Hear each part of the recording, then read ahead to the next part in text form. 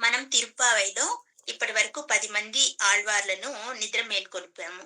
ఇంకా ఆండాళ్ తల్లి గురించి, ఆళ్వారు గురించి మొదట్లోనే చెప్పుకున్నాం. ఇంకా మిగిలిపోయిన ఒకే ఒక్క ఆళ్వారు మధురకవి ఆళ్వార్ గారు.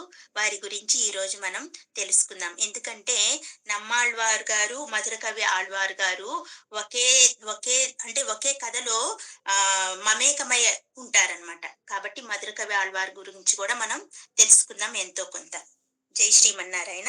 ఈ మదర్ కవి ఆళ్వారు శ్రీ శ్రీ మహావిష్ణువు యొక్క చేతిలో శ్రీ కుముదం అనే పద్మం ఉంటుంది. ఆ పద్మం నుండి జన్మ తీసుకున్నారనమాట. ఆ పద్మం పేరు శ్రీ కుముదం అన్నమాట. ఆ పద్మం యొక్క అంశ నుండి జన్మ తీసుకొని ఈయన వచ్చారు.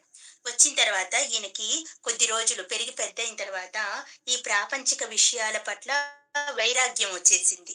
నేను ఈ ప్రాపంచిక విషయాల్లో ఉండలేను అని ఇంట్లో తల్లిదండ్రులకి చెప్పేసి ఆయన ఏం చేశారు, నేను అన్ని క్షేత్రాలు పర్యటనకి వెళ్తాను అని ముందుగా ఉత్తర భారతదేశానికి పర్యటనకి వెళ్ళారనమాట. అలా బయలుదేరిన ఈయన అక్కడక్కడ అన్ని క్షేత్రాలు చూస్తూ, క్షేత్ర విశేషాలు తెలుసుకుంటూ, అందరిని దర్శించుకుంటూ అలా వెళుతూ ఉన్నారనమాట. వెళుతూ వెళ్తూ అయోధ్యకి చేరారు. అలా అయోధ్యకి చేరుకొని ఒక రాత్రి అక్కడ బస చేస్తారు కదా! పడుకుంటారు కదా! అలా పడుకున్నప్పుడు ఉన్నట్టుండి ఆయనకి ఒక పెద్ద కాంతి కిరణం కనిపిస్తుంది. పెద్ద వెలుతురులాగా కనిపిస్తుంది. ఓయమ్మో! ఇంత పెద్ద కాంతి కిరణం కనిపిస్తుంది. ఇదేంటి ఎక్కడైనా మంటనా ఏంటి? ఏమన్నా మంట అంటుకుందా ఏంటి? అని కంగారు పడిపోయి వాళ్ళ పక్కనున్న వాళ్ళని లేపి ఇదిగో చూడండి ఆ దూరంలో నాకు ఒక పెద్ద కాంతి కిరణంలాగా కనపడుతుంది. ఏంటది? అని అడగగానే ఏముందక్కడ? అక్కడ ఏం లేదు. మాకేం కనిపించటం లేదు అని చెప్పారంట మిగతా వాళ్ళందరూ. ఓహో! ఇదేంటి నాకొక్కడికే కనపడిందా ఏంటి? అని చెప్పి మళ్ళీ పడుకున్నాడంట. మళ్ళీ పడుకున్న తర్వాత, ఆ తర్వాత అయోధ్య పక్కన చుట్టూ ఉన్న ప్రదేశాలన్నీ చూస్తున్నారంట ఈయన. చూస్తూ అయోధ్య పక్కనున్న ఇంకొక ఊరికి చేరుకొని, ఆ రాత్రి అక్కడ బస చేసినప్పుడు సేమ్ ఇదే రిపీట్ అయ్యింది. మళ్ళీ ఆ కాంతి కిరణం చక్కగా కనిపిస్తూ ఉందంట. కనిపిస్తూ ఉంటే మళ్ళీ లేపి అడిగారంట. మళ్ళీ లేపి అడిగితే, "మాకెవ్వరికీ కనిపించటం లేదు. నీకెందుకు కనిపిస్తుందో మాకు తెలియటం లేదు" అనగానే ఈయనకి ఒక మాట స్ఫురణకొస్తుందంట. ఓహో! నేను గురువుల కోసం వెతుక్కుంటూ ఉంటున్నాను కదా! మరి నాకు ఈ కాంతి కిరణమే నా గురువని నా మనస్సుకి అనిపిస్తుంది. ఈ కాంతి కిరణాన్ని వెతుక్కుంటూ వెళ్తే నాకు వారి యొక్క ఆశ్రయం దొరుకుతుందేమోనని అనుకోని ఇంకంతే అనుకున్నదే ఆలస్యం ఆయన అయోధ్య నుండి ఇదెక్కడి నుంచొస్తుంది? ఈ నమ్మాళ్వారే అన్నమాట. ఒక కాంతి రూపంలో ఆయనకి గోచరం అవుతున్నారు. అదెందుకో చెప్పుకుందాం. ఇంకా అయోధ్య నుండి దక్షిణ భారతదేశానికి గురువు కోసం వెతుక్కుంటూ వెళ్ళిపోతారు.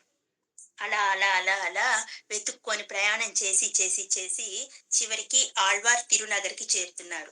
అంటే ఆయనకి కాంతి ఎక్కడి నుంచి కనిపిస్తుందో, ఆ కాంతిని వెతుక్కుంటూ రోజు కొంత దూరం ప్రయాణం చేస్తాడు. చూడండి ఉత్తర భారతదేశం ఎటు, దక్షిణ భారతదేశం వరకు చేరుకున్నాడు ఆ కాంతి కిరణాన్ని వెతుక్కుంటూ ఈయన. అలా వచ్చారు కదా! అలా వచ్చి అక్కడికి చేరుకోంగానే అక్కడ కనిపిస్తారు ఆ చెట్టు తొర్రలో చక్కగా నమ్మాళ్వారు కూర్చొని. కూర్చోగానే అబ్బా! ఎంత తేజస్సుతో ఉన్నారు ఈయన. ఎంత అందంగా మెరిసిపోతున్నారు. అసలు విగ్రహమా? మనిషా? అని సౌండొస్తుంది. ఎందుకంటే ఆయన పుట్టినప్పటి నుంచి 16 సంవత్సరాల నుంచి కళ్ళు మూయటం తెరవనే లేదు. చిన్నప్పుడు ఆ కలిని చూసి మూసిన కళ్ళు తెరవనే లేదు. ఈ విగ్రహమా? మనిషా? అని తాకి చూడగానే స్పర్శ తెలుస్తుంది కదా! మనకి విగ్రహమో, మనిషో అని. స్పర్శను బట్టి ఆహా! మనిషే ఏంటి ఈయన మాట్లాడటం లేదు అని చెప్పి పలకరించి చూసాడంట. ఈయన ఎన్నో రకాలుగా మాట్లాడాడంట, కదిపాడంట. ఆయన ఎంతకీ కదలలేదంట. వెంటనే అక్కడున్న ఒక పెద్ద బండరాయిందంట. అది తీసుకొనొచ్చి గట్టిగా కిందకి విసిరాడంట. విసిరేయగానే ఆ చప్పుడుకి ఇప్పుడు ఈయన వెంటనే కళ్ళు తెరుస్తాడంట. కళ్ళు తెరిసి మొట్టమొదటిగా మన మధురకవి ఆళ్వార్‌ని చూస్తారనమాట. చూడగానే ఈ మధురకవి ఆళ్వార్ అనుకున్నారంట, సరే నేనొక మాట అడుగుదాము, దానికి సమాధానం దొరికితే ఇతనే నా గురువు అనుకున్నాడీయన. ఆయనేమడిగాడు, తమిళ్‌లో "షత్తத்தின் வாழ்தே சிறியா ఎత్తుం తిన్నుం ఎంగే కిడుక్కుం అని అడిగాడంట. అంటే ఏంటి? మన శరీరంలోకి ప్రవేశించిన ఆత్మ ఎక్కడ ఉంటుంది? ఏమి తింటుంది? అన్నాడంట. వెంటనే ఆయన చిరునవ్వు నవ్వి, ఇప్పటి వరకు పలకని ఆయన ఆ చిరునవ్వు నవ్వి సమాధానం చెప్పాడంట. ఎందుకు సమాధానం చెప్పాడు? ఎందుకంటే ఆయన అడిగిన ప్రశ్నలో అంత అంతరార్థం ఉంది. ఈయన ఎవరో గొప్ప వ్యక్తి, యోగి, కారణ జన్ముడు, కాబట్టే ఇంత గొప్పటి ప్రశ్నని అడిగాడు అని చెప్పి ఆయన వెంటనే చిరునవ్వు నవ్వి సమాధానం చెప్పాడంట. అత్తయే తిన్నుం అంగయే కిడుక్కుం అంటే అదే తింటుంది, అక్కడే ఉంటుంది అని. అంటే అక్కడే తింటుంది, అదే తింటుంది, అక్కడే ఉంటుంది అంటే ఏంటండి అసలు? అసలు మనకు మనిషి జన్మ ఎలా వస్తుంది? మనం పాపం, పుణ్యం, ఈ పాప పుణ్యాల కార్యక్రమాల వల్ల మనకి శరీరం వస్తుంది. అలా వచ్చిన శరీరంలో అలా వస్తుంది కాబట్టి అలాంటి శరీరంలో ఆత్మ వచ్చి చేరుతుంది లోపలికి. వచ్చి చేరి మనం చేసే కర్మలను తింటూ అక్కడే ఉంటుంది అని అర్థం. అడిగిందే ఒక గొప్ప ప్రశ్న. ఒక గొప్ప వ్యక్తి అడిగాడు. ఈయన సమాధానం అంతకంటే గొప్పగా ఉంది. అలా మన కర్మల్ని తింటూ అక్కడే ఉంటుంది. ఆత్మ వెళ్ళిపోయిన తర్వాత అది గూడా బయటికి వెళ్ళిపోతుంది అని చెప్పాడు. వెంటనే ఈ మధురకవి ఆళ్వార్ ఏం చేశారు, ఆయన పాదాల మీద పడిపోయి, "స్వామి నాకు తత్వబోధ చెయ్యండి. మీరే నా గురువు" అని చెప్పారు. ఇంక వెంటనే ఆయనన్నారు, నమ్మాళ్ళవారుల్లా వెంటనే చిరునవ్వు నవ్వి, "సరే కానివ్వు, కూర్చో" అన్నారు. ఇంకంతే ఆయన చెప్తూ ఉన్నాడు. చెప్పుకున్నాం కదా! ఆయన ఏమేం చేశారు అని వేదాలను ఇట్లా విభజన చేసి చక్కగా రచించారు. వేదాల సారాన్నంతా ద్రవిడ భాషలో అని చెప్పుకున్నాం కదా! ఇదంతా తెలిసిన కథే. ఇంకా ఈయన రాయటం మొదలుపెట్టారు. ఎప్పుడైతే నమ్మాళ్వారు మాట్లాడటం మొదలుపెట్టారో, అప్పుడు స్వామివారి ఆయుధాలు అన్నీ కింద అంశల రూపంలో ఆళ్వారుల అంశల రూపంలో దిగి కిందకొచ్చారు కదా! అట్లా ఆళ్వార్లందరూ ఒక చోట ప్రత్యక్షమై ఆయనకి నమస్కారం చేశారంట. ఆ నమ్మాళ్వారుకి నమస్కారం చేశారు. ఆళ్వారులందరూ కలిసిన ఒకే ఒక ప్రదేశం ఆళ్వార్ తిరునగరి అన్నమాట. వచ్చి ఎప్పుడు అయితే ఈయన మాట్లాడటం ప్రారంభించారో, ఈయన సాక్షాత్తు నారాయణుడు, విశ్వక్సేనుడు. కాబట్టి ఈయనకి నమస్కారం చేసి వెళ్ళారు. సరే. ఏంటి ఈ 10 మంది ఆళ్వార్ల గురించి అంటే, మన దేహంలో మొత్తం 10 కర్మేంద్రియాలు, 10 జ్ఞానేంద్రియాలు ఉంటాయి. ఇది అందరికీ తెలుసు. మనస్సు అది సెపరేట్‌గా ఎప్పుడూ అలా ఉంటుంది. ఆ ఒక్క మనస్సు మాత్రం. ఈ మన దేహంలో ఉండే 10 కర్మేంద్రియాలు, 10 జ్ఞానేంద్రియాలు ఉంటాయి కదా! ఇదంతా 10 మంది ఆళ్వార్లు దీనికి రిప్రజెంటేషన్ అయితే, ఈ మొత్తం శరీరం మొత్తం నమ్మాళ్వారు. శరీరం మొత్తం నమ్మాళ్వారండి. వాటిని ప్రెజెంటేషన్ చేసే 10 మంది ఆళ్వారులు, రిప్రజెంటేషన్ చేసేవాళ్ళు వీళ్ళు. ఎంత గొప్పగా చెప్పారో. మిగతా 10 మంది ఆళ్వార్లు దీనికి రిప్రజెంటేషన్ అయితే, ఆ మొత్తం శరీరం నమ్మాళ్వారిదంట. అంతటి మహనీయుడు ఈయన. సరే. అంతా అయిపోయింది కదా! ఈయన 16 సంవత్సరంలో కళ్ళు తెరిచి మాట్లాడటం మొదలుపెట్టి వేదాలన్నిటిని ఈయనకి చెప్తూ ఉంటే, ఈయన గ్రంథస్థం చేస్తూ ఉంటే, రాస్తూ ఉంటే అలా 16 సంవత్సరాలు గడిచినియి. ఆయనకి 32వ సంవత్సరం వచ్చింది. ఆయన దేహం వదలటానికి సిద్ధమయ్యాడు. సిద్ధమైనప్పుడు ఈ మధుర కవి ఏమన్నారు, "అయ్యో! ఆళ్వార్లు, నమ్మాళ్వార్లు వెళ్ళిపోతే మా గతి ఏమిటి? ఈ ప్రపంచం పరిస్థితి ఏమిటి?" అని గొల్లు గొల్లున ఏడుస్తున్నాడంట. ఆయన సిద్ధపడిపోగానే. అనగానే ఆయన ఒక మాట చెప్పాడంట. "సరే నాయనా నువ్వు బాధపడకు. ఇంతలా నన్ను గురువుగా, దైవంగా భావించి ఇంతలా చేస్తున్నావు కదా! నీకొక చిన్న పని అప్పచెప్తాను. ఆ పని చెయ్యి" అన్నాడంట. "ఏంటి స్వామి" అనగానే, ఇక్కడ ఉన్న ఆహ్, తామ్రభరణి అనే నదికి వెళ్లి నీటిని తీసుకొని రా. నీటిని తీసుకొనొచ్చి వాటిని ఒక గుండిగలో వేసి మరిగించు అన్నారంట. సరే ఇంకా గురువుగారు చెప్తే చెయ్యాలి కదా! వెళ్లి ఆయన ఆ నీళ్ళని పట్టుకొనొచ్చి గుండిగలో వేసి మరిగించారంట. అలా మరిగించినప్పుడు విచిత్రంగా ఒక విగ్రహం బయటికొచ్చిందంట. చూడండి నీళ్ళను గుండిగలో వేసి మరిగిస్తే విగ్రహం బయటికొచ్చిందంట. ఎవరిది స్వామి ఈ విగ్రహం అంటే, ఇది భవిష్యదాచార్య ఇలా విగ్రహం అంటారు దీన్ని. ఈ విగ్రహాన్ని రహస్యంగా దాచి ఉంచండి. ఈ విగ్రహం కొన్ని వేల సంవత్సరాలు పోయేసరికి మన వైష్ణవ సాంప్రదాయమంతా ఘోరమైన పరిస్థితిలో పడిపోయినప్పుడు, ఈ విగ్రహంలో ఉన్న ఆచార్యుడు వచ్చి మన సాంప్రదాయాన్ని, వైష్ణవ సాంప్రదాయాన్ని నిలబెడతాడు అని చెప్పారు. ముందు జరిగే ఎంత భవిష్యవాణిని ఊహించాడో చూడండి ఆయన. ముందు ఎప్పుడో వైష్ణవ సాంప్రదాయం అంతా మరుగున పడిపోతుందంట. అలాంటి పరిస్థితుల్లో ఈ విగ్రహం వచ్చి మనల్ని ఉద్ధరిస్తుందని చెప్పారు. ఆ విగ్రహం ఎవరిదో కాదండి. సాక్షాత్ ఆ రామానుజుల వారి విగ్రహం అన్నమాట. ఇప్పటికీ మనం ఆ విగ్రహాన్ని ఆళ్వార్ తిరునగర్‌లో అక్కడ ఒక ఆలయం ఉందంట. ఏంటది? రామానుజ చతుర్వేది మంగళం భవిష్యద్ ఆచార్య ఆలయం. ఆలయానికి అంత పెద్ద పేరు. అనే ఒక ఆలయం ఉందంట. ఆ ఆలయంలో 5,000 సంవత్సరాల నుండి విగ్రహం అక్కడే ఉందంట. ఇంకా ఈ మాట చెప్పేసి ఆయన శరీరాన్ని వదిలేశారంట చక్కగా నమ్మాళ్వార్. ఆయన శరీరాన్ని వదిలేయగానే ఇప్పుడు ఈయన కూర్చొని మధుర కవి గారు చక్కగా చేస్తున్నారు కదా! ఈ రచనలు చేస్తున్నప్పుడు అప్పుడు వినటానికి కొంతమంది శిష్యులు తయారై ఉంటారు కదా! ఈ మధుర కవి ఆళ్వార్‌తో పాటు వాళ్ళందరూ కూడా విడిచేశారు కదా! ఆ దేహాన్ని. ఆ దేహం దగ్గర కూర్చొని ఒకటే ఏడుస్తున్నారంట. సరే వెంటనే ఆ ఊర్లో తిరునగర్‌లో ఉన్నారు కదా! నారాయణ స్వామి ఉన్నారు కదా! మనకి శ్రీమన్నారాయణుడు. ఆ విగ్రహం నుంచి మాటలొచ్చినాయంట. ఏమని? "ఆ శరీరాన్ని నా దగ్గరికి తీసుకొని రండి" అని చెప్పారంట. అనగానే మనమందరం ఏమనుకుంటాము? అబ్బా! స్వామివారు చెప్పారు. ఇంతటి గొప్ప మహనీయుడిని మళ్ళా బతికించేస్తారు అనుకుంటాం కదా! అదే తప్పు. ఇక్కడేం జరిగింది? అనుకోకుండా అనూహ్యంగా ఏం జరిగిందో చూడండి. అనగానే వీళ్ళందరూ కూడా పాపం మనలాగే అలాగే ఆశపడ్డారు. అయ్యా! మా గురువు గారిని చక్కగా బతికించేస్తారు. ఇంకా శ్రీమన్నారాయణుల వారు అనుకుంటే కానిదేమన్నా ఉందా? అనుకోని ఆశగా తీసుకొనెళ్ళి ఆ స్వామి వారి ముందు నిలబెడతారు. అక్కడ పడుకోబెడతారలా పాదాల దగ్గర. పడుకోబెట్టగానే ఆ స్వామి వారు ఆ దేహాన్ని ఆయన పాదాల్లో కలిపేసుకుంటారు. వీళ్ళందరూ చూస్తుండంగానే ఇది ఒక అనూహ్యమైన ప్రక్రియ అన్నమాట. చర్య అన్నట్లు. ఆయన పాదాల్లో కలిపేసుకుంటారు.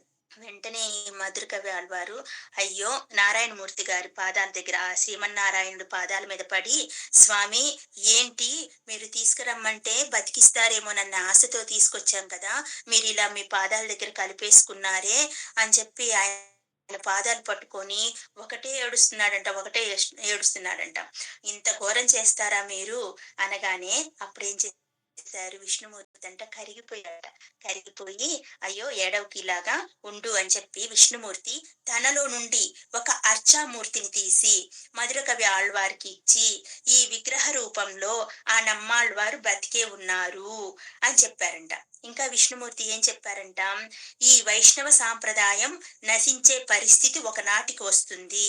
అప్పుడు ఆ నశించే పరిస్థితుల్లో ఈ విగ్రహం తప్పకుండా మాట్లాడుతుంది అని చెప్పారంట. అని చెప్పగానే ఈయనంక తడుపైపోయాడంట. పోనీలే ఇంకేం చేస్తాం శరీరం వదిలేసి స్వామివారి పాదాల్లో కలిసిపోయిన తర్వాత ఇంక మనం చేయగలిగిందేముంది? స్వామివారి స్వయంగా అర్చామూర్తి రూపంలో ఈయన్నిచ్చారు. నేను చక్కగా ఈయన్ని చూసుకుందాము మన గురువుగారిని చూసుకున్నట్టు అని ఈ విగ్రహాన్ని తీసుకెళ్లారు. ఎప్పుడైనా మనము ఎప్పుడైనా సరే స్వామివారి శ్రీమన్నారాయణుడి వారి పాదాల దగ్గర ఒక తల పాదాల దగ్గర అలా ఆంచి ఉంది అంటే అది నమ్మాళ్వార్ విగ్రహము అని మనకు వెంటనే స్ఫురణకి రావాలి. ఇక్కడ గుర్తుపెట్టుకోవాలి మనం తప్పకుండా. తమిళనాడు చాలా చోట్ల గుళ్ళల్లో ఆయన పాదాల దగ్గర శ్రీమన్నారాయణ పాదాల దగ్గర ఈయన తల ఉంటుందంట. అలా ఎక్కడైతే తల కనపడుతుందో అది నమ్మాళ్వార్ విగ్రహం. నమ్మాళ్వారు ఉన్నారు అని మనకు ఎరుకలోకి రావాలి వెంటనే. సరే. అలా అయిపోయింది కదా!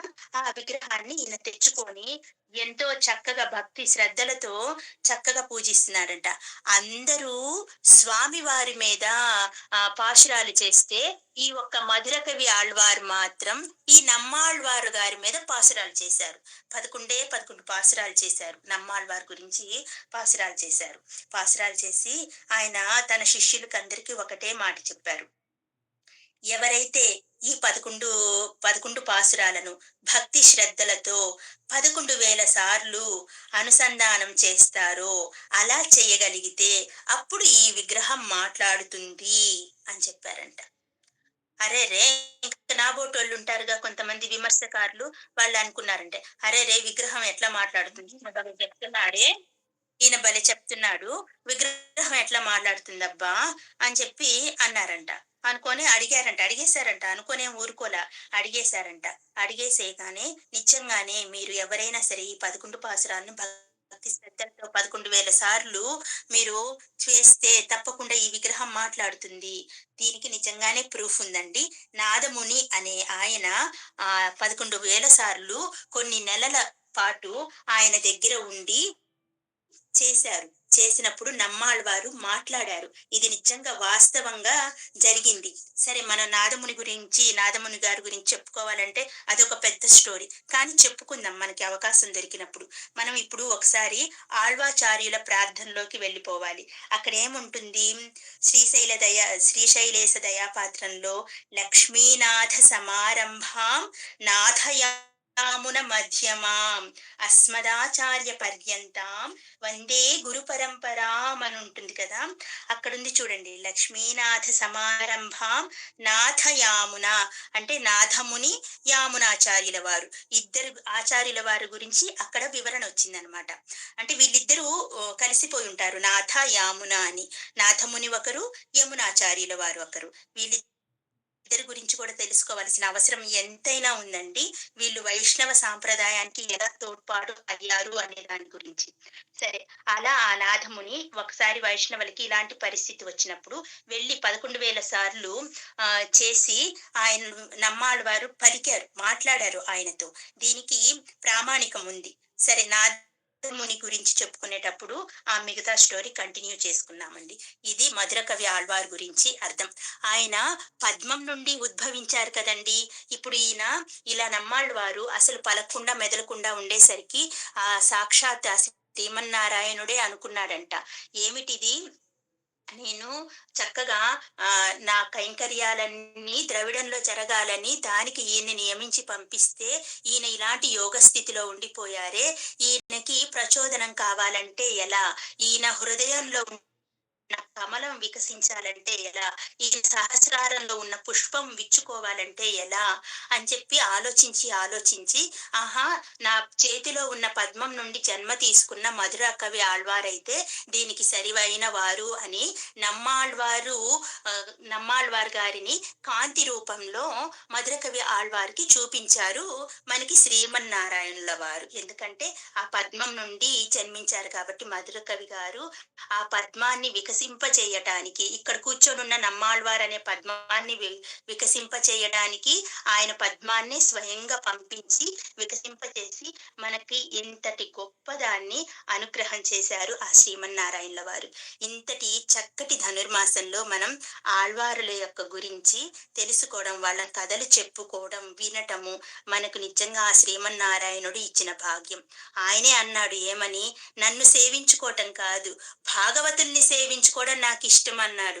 భగవంతుడి సేవ కంటే భాగవతుల సేవ అంటేనే నాకు ఇష్టం. అలా భాగవతుల్ని సేవించుకునే వాళ్ళని చూస్తే నాకు ఇంకా ఎక్కువ ఇష్టం అని స్వయంగా ఆ శ్రీకృష్ణ పరమాత్మే చెప్పాడు. అలాంటి ఈ అందమైన మాసంలో మనం ఆ భాగవతుల యొక్క కథలను తెలుసుకోవడం, వినటము నిజంగా మనకు అదృష్టమనే చెప్పాలి. జై శ్రీమన్నారాయణ.